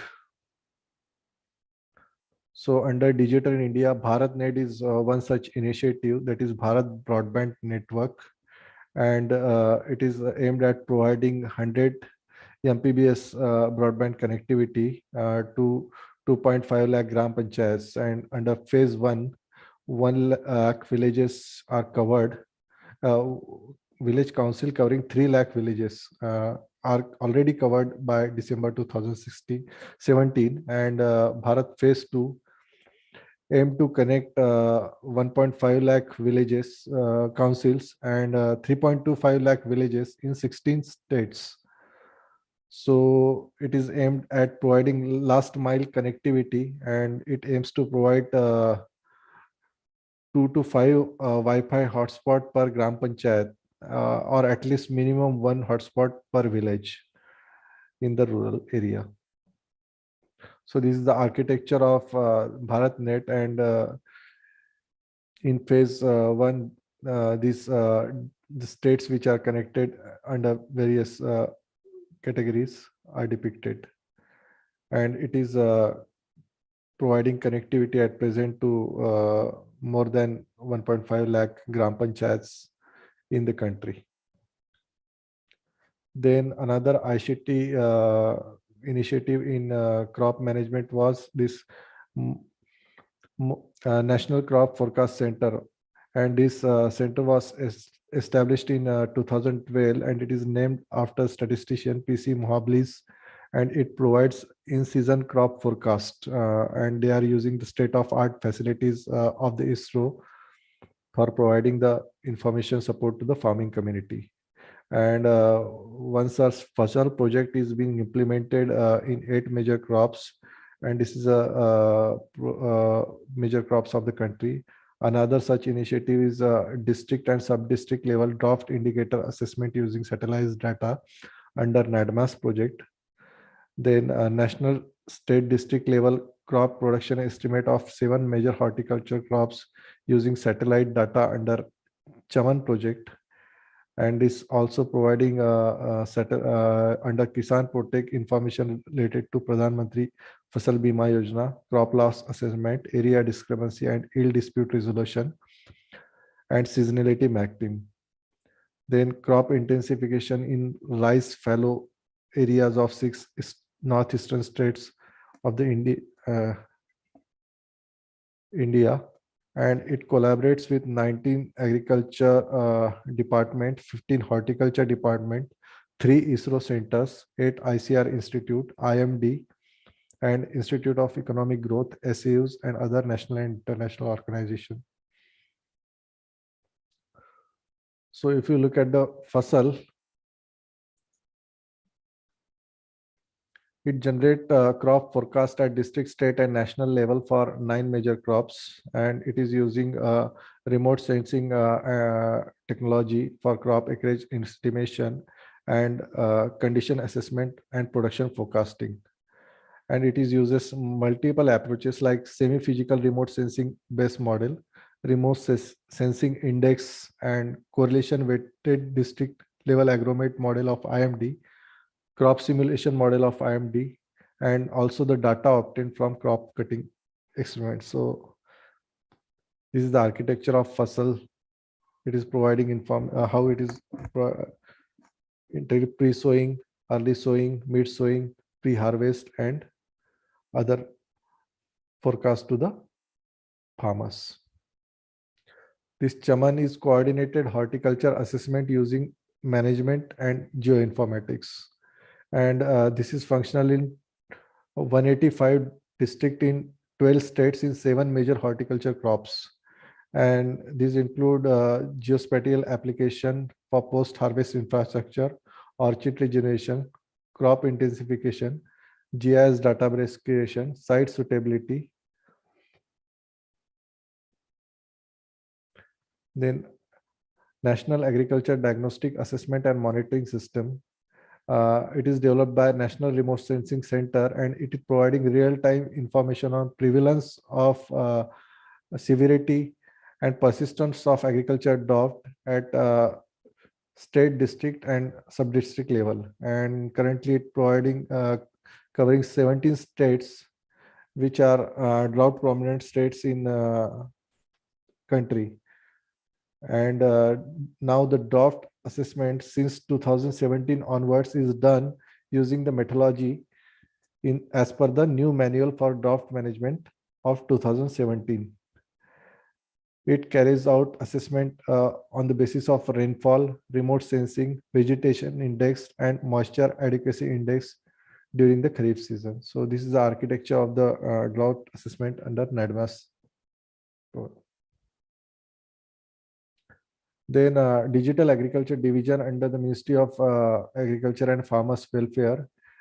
It aims to empower the people in rural areas using ICT. And for this, they are targeted that to provide services. And for this, the people who can access the digital information can get the information through internet and web portals.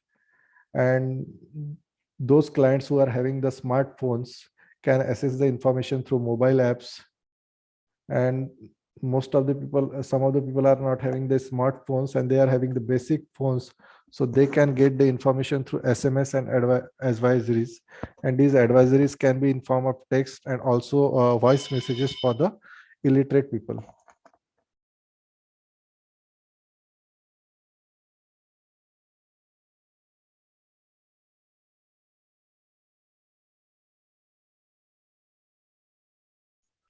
To get the personalized information, farmers can call on the toll-free number of Kisan Call Center. The toll-free number of Kisan Call Center is there.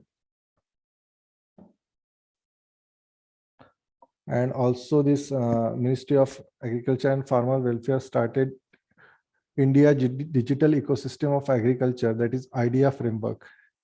And this was built for providing publicly available data under various schemes and information related to various schemes that are run by the government, and laying down the architecture for AgriStack of the country, and increasing the income of farmers and improving the efficiency of agriculture sector.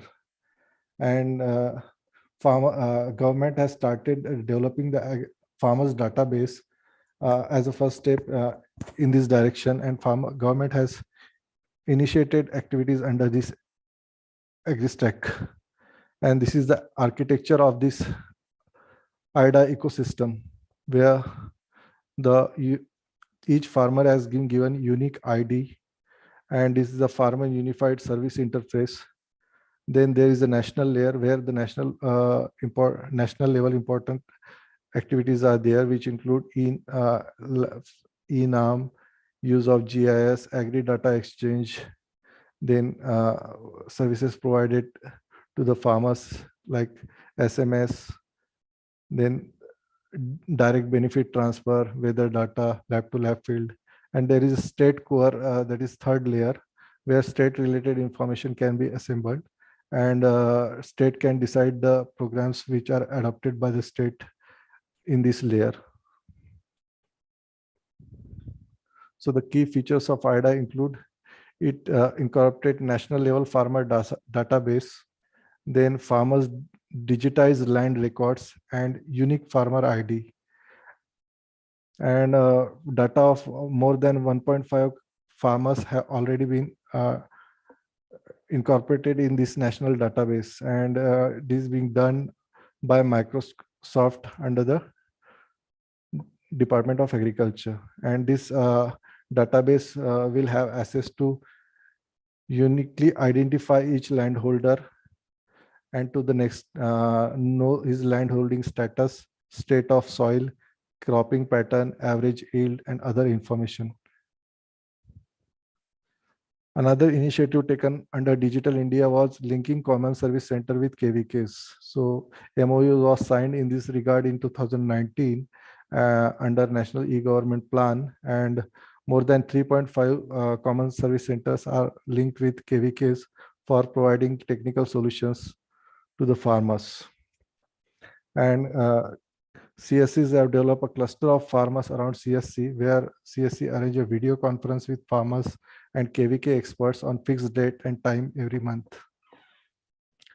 CSC create awareness about the services of KVKs like soil testing, seed planting, and training programs on latest agriculture technologies.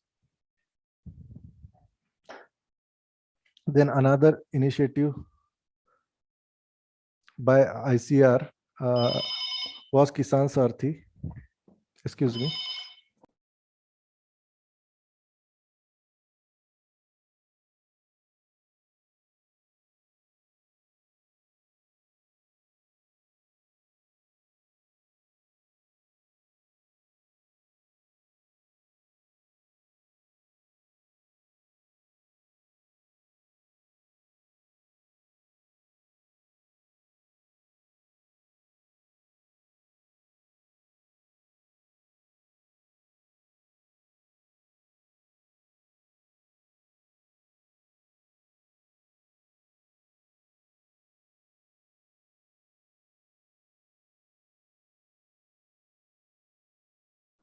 Sorry for the interruption.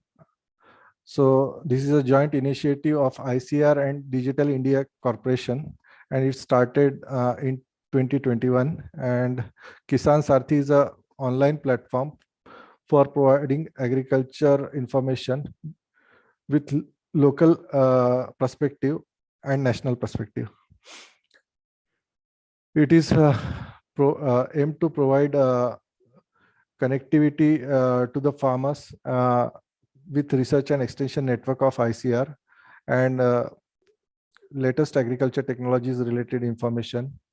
And Kisan Sarthi is having a pool of agriculture experts comprising of KVK scientists, institute at ICR Institute scientists,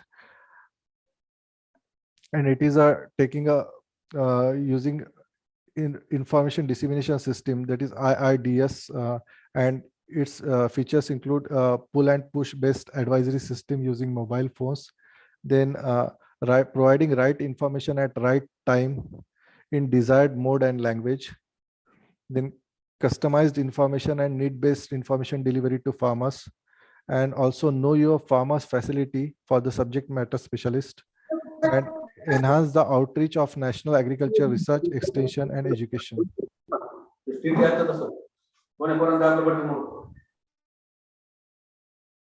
So these are the various features of this Kisan Sarthi platform.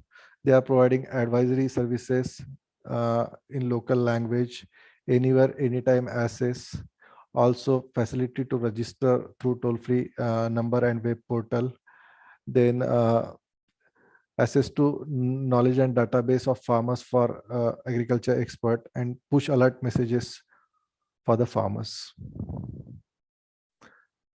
Government also started that Kisan Rath for facilitating transportation of agriculture produce, and it launched in 2020, and this app provides facilities for farmers, FPOs, traders for transporting agriculture and horticulture produce.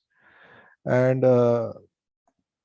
this Kisan Rath can bring 5 lakh trucks and 20,000 tractors on mobile platform for transporting farm produce to markets from the farm gate.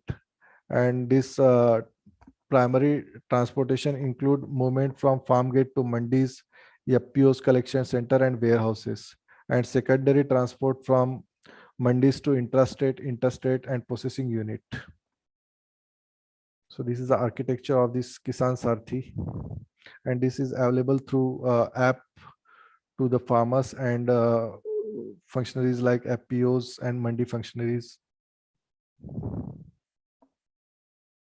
Then for addressing the climate related information needs of farmers, the agromet advisory services for reducing climate risk in agriculture, that IMD has started Gramin Krishi Mosam Seva, that is agromet advisory services to farmers, and they are providing agromet related information to farmers, and it aims to provide information for timely weather related information, alerts regarding the aberrant weather conditions, and this information is available through mobile apps also. So Mosam is one of such app which provides weather forecast and radar images and warnings to the farmers, and Meghdut app which provides district and crop wise advisories which are issued by agromet field units at different locations in the countries, and these advisories are provided on Thursday and Friday with forecast of weather information. And Damini is an app which providing the information related to lightning activity, and it alerts if lightning is going to be occurred in 20 to 40 kilometer periphery. The app provides alert to the app subscribers. Then Krushi Rath, it is a compilation of the mobile apps by various ICR institutes in the area of agriculture, and you can access this compilation of mobile apps in agriculture on this link which is given here. Then with the advent of ICTs, this Internet of Things providing vast opportunities in the agriculture. So Internet of Things is a network of physical objects, that is things that are embedded like sensors, software and other technologies for connecting and exchanging data over the devices and system over the internet. So we can say that IoT is about making a dumb thing smart thing. So how Internet of Things can improve agriculture and services to the farmers. It can provide data and collected by use of robots and sensor based technologies, imaging, computer imaging, and it can be integrated with analytical tools for getting the insights and monitoring of the farms and moving towards precision farming. It can provide better control over the internal processes and lowering the production risk of the farmer. It can also help in crop management, like one can go for precision farming and like irrigation, fertigation, and sensor based soil moisture meter sense the moisture in the soil, and then on the basis of its reading the irrigation can be started and managed at a desk by a or mobile phone. It can be managed. So it helps in cost management and also waste reduction and increase control over the production aspects of the crop. Increase business efficiency through automation and enhancing the quality and volume of the produce. So if you look at the ICT,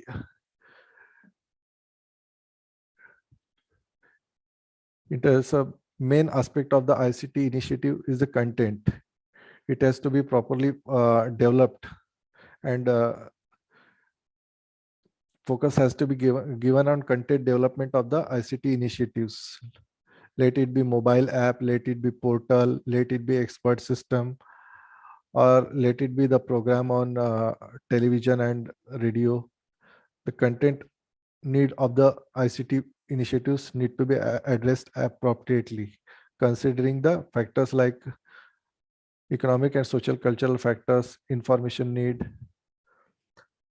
Whereas in ICT, we should provide the information which is relevant to the farmer's needs, that can be easily accessible, and technology has to be depicted in such a format that it can be easily understood by the farmers, and it has also to be updated in timely manner, so users can access the information at any time and act on the information for getting the advantage from this ICT used in agriculture for improving their production, quality of produce, and enhancing their income.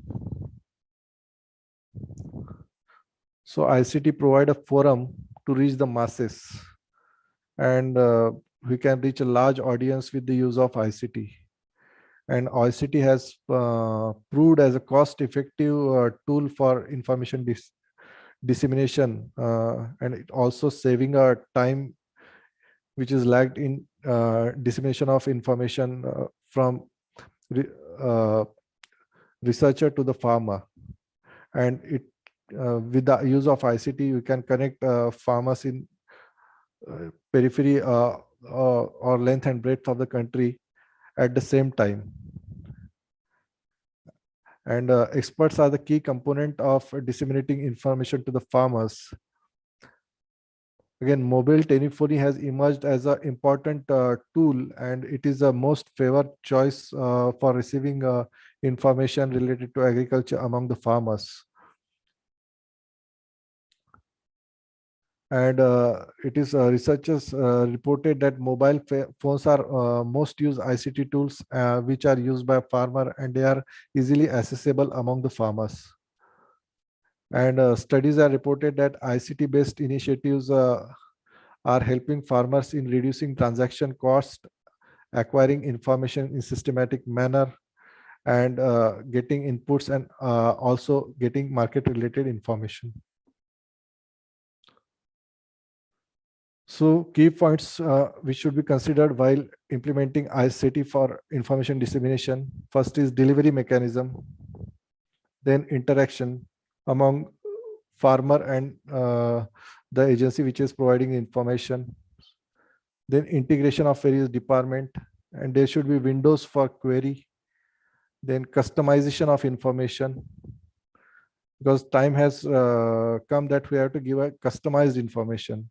So a blanket message to all farmers will not serve. If he is a sugarcane farmer, he should be provided information related to sugarcane crop and not related to paddy which he is not growing. Then integrated approach should be adopted. The information should be user friendly, and the dissemination model should be viable. As we have seen that some of the ICT projects started and they are not viable, and they did not continue after some period of time. So Hicks has given main reason for failure of ICT is the gap between reality and design. And he said that there is an information gap, process gap, objective gap, management system gap, and values gap, which lead to failure of the ICT projects. So what are the lessons that we have learned from the ICT implementation? The sustainability of ICT initiatives are high when they are having external component like funding for the project is there. The social organization determines the success of ICT projects. If social organization is involved in the ICT project, they are more acceptable and more successful. Then that ICT platform should focus on creating assets and training the capabilities of people for ensuring the sustainability of the ICT initiatives. There should be convergence of the activities for increase the sustainability. Like we have seen that where there are convergence or collaboration of more organizations, these ICT projects tend to be more successful. Then maintenance of technology is critical success factor in ICT projects. Then scalability of ICT projects depend on the transaction cost involved in the operation of the platform. And there should be a clear vision at the initiation stage or starting stage, which is critical factor for the success and failure of the ICT projects. And while designing the ICT platform, the design gaps needs to be addressed properly, like technological, organizational, and social perspective needs to be taken in conceptualization while formulating and designing the ICT platform. So with this, I thank you. And if there are any questions, we can have. We have that series.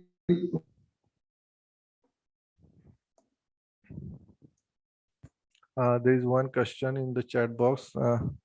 How can one collect the information related to different apps and portals?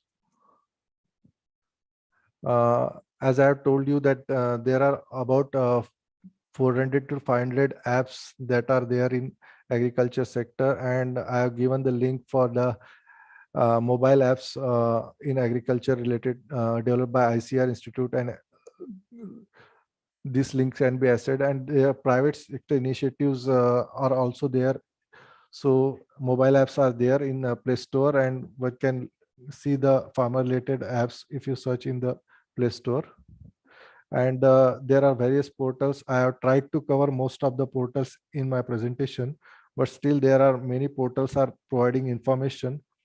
But I tried to cover the public sector portals which are providing agri-related information in this presentation. But there are also some of the initiatives by private sector and cooperative sector and NGOs who are using portal for providing agriculture-related information to farmers. Any other questions?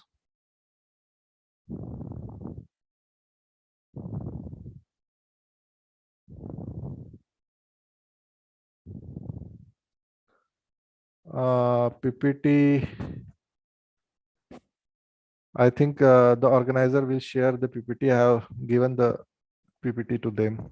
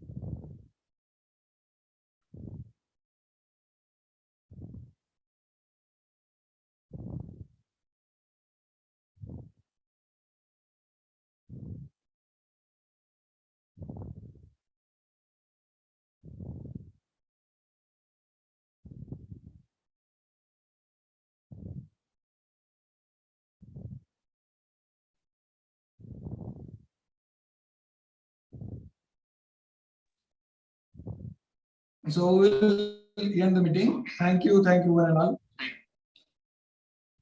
Hello, dear participants. Hello. Yes, sir. So, sir, there are some questions. No, all are thanks. Just one question is there. How to know and collect information related to such a different portal and apps? Yeah, face problem in that. Nagesh Tiwari is asking. I have responded to him. I have responded to him. I have responded to him. That collection of the apps by ICR, I have given the link in my presentation, and Yes, sir. I have tried to cover most of the portals in public sector, but there are portals in private sector and cooperative sector also. But I have tried to cover most of the related portal in my presentation. Yes, sir. Yes, sir. Yes, sir.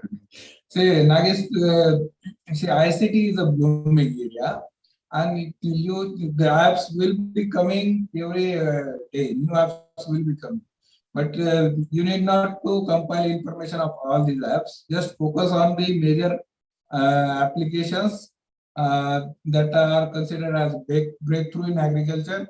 Specifically, apps developed by ICR, then government institutions, including all ICR institutes, then government like Department of Agriculture, and then those who are the major players, private players in agriculture, like Sir has mentioned the projects of Tata and Nagarjuna Fertilizers, IFCO, NABARD. So you have to focus on those aspects only. Need not to collect all the apps. You will find thousands of apps related to agriculture. Okay. So I hope we have adequately answered your query. If there are no any questions, then we will stop here. So on behalf of Department of Agriculture and Communication, Postgraduate Institute Mahatma Phule Krishi Vidyapith Rahuri, I am very much thankful to Dr. Ajaykumar Raut sir for guiding our students on major ICT initiatives in Indian agriculture and allied sector. Sir has been with us since last program, and in the last program also he guided our students very nicely. This time also we contacted him and immediately he agreed to guide our students. He is very keen to guide and motivate the students for preparing ICAR examinations. He gave all the major programs plus whatever the latest initiatives. You will not find easily his collective information, but he has collected and compiled very nicely this information, and it has been presented very systematic manner. I would like to say that. So for that, sir, I am specifically very much thankful to you. Once again, on behalf of my institute and all the 20 participants, I am very much thankful to you, sir. Dear trainee participants, we will meet tomorrow morning. There will be Alok Kumar sir from NAM. You will be talking about the developing training modules and training requirements and different training methods. Okay, so please do join tomorrow morning 10:30. Thank you, Manar. Thank you, sir. Thank you, Manar, for inviting and having a presentation with these aspiring students. And I hope that his information will be helpful to them in preparation of their exams. And I wish them all good success, and I wish them all the best in their future exams and endeavors to come. Thank you. Thank you, sir. Thank you, sir. Your PPT will be shared with them, sir. Sir has already sent me the PPT. Last time also he had sent it well in time. This time also he has already said, I will be sharing it with you. Thank you. Thank you, one and all. We will stop here. Thank you. Goodbye. Bye. Goodbye.